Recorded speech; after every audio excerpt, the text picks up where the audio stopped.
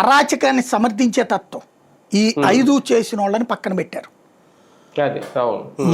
మన్నికగా ఉండటం, బాధ్యతగా ఉండటం, దేశాన్ని కాపాడే ప్రయత్నం చేయడం, హిందుత్వ పరిరక్షణ, మైనారిటీ బుజ్జిగింపు చర్యలకు దూరం, ఈ 5 చేసినటువంటి బీజేపీ పాలిత రాష్ట్రం, ఎన్డీఏ పాలిత రాష్ట్రాలు రెండిట్లోనేమో ప్రభుత్వాన్ని మళ్ళీ కొనసాగించారు. ఆ 5 చేసినటువంటి 3 రాష్ట్రాల్లో ప్రభుత్వాలని గద్దెదించారు. సార్ ఒకటి, ఈ 5 రాష్ట్రాల ఎన్నికల్లో కామన్ థింగ్ బీజేపీకి అలాగే టీవీకేకి ఈయన కొన్ని చోట్ల అంతే డ్రైవర్ కొడుకు ఇవ్వడం కానీ, లేదంటే ఆవిడెవరికో లేడీకి ఒక వాళ్ళకి ఇచ్చారు, వీళ్ళు కూడా ఇచ్చారు పశ్చిమ బెంగాల్లో బీజేపీ. అంటే ఈ కామన్ పాయింట్స్ ఏవైతే ఉన్నాయో అవి ఇద్దరిని కూడా ఒక రకంగా ఈ స్థాయికి తీసుకొచ్చినాను అనుకోవాలి. బీజేపీని కానీ ఒకటి పార్టీ ఫార్ములానే కరెక్ట్ అండి.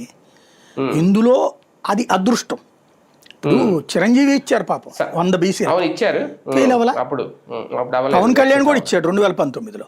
సామాన్యులు ఎక్కడెక్కడో సర్వీస్ చేసే వాళ్ళని తెచ్చిచ్చాడు టికెట్లు.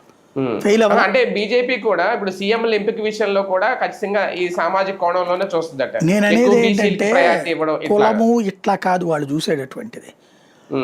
పార్టీ సంస్థాగతంగా డెవలప్ చేసుకోవచ్చు, అప్పుడు ఇస్తారు వాళ్ళు.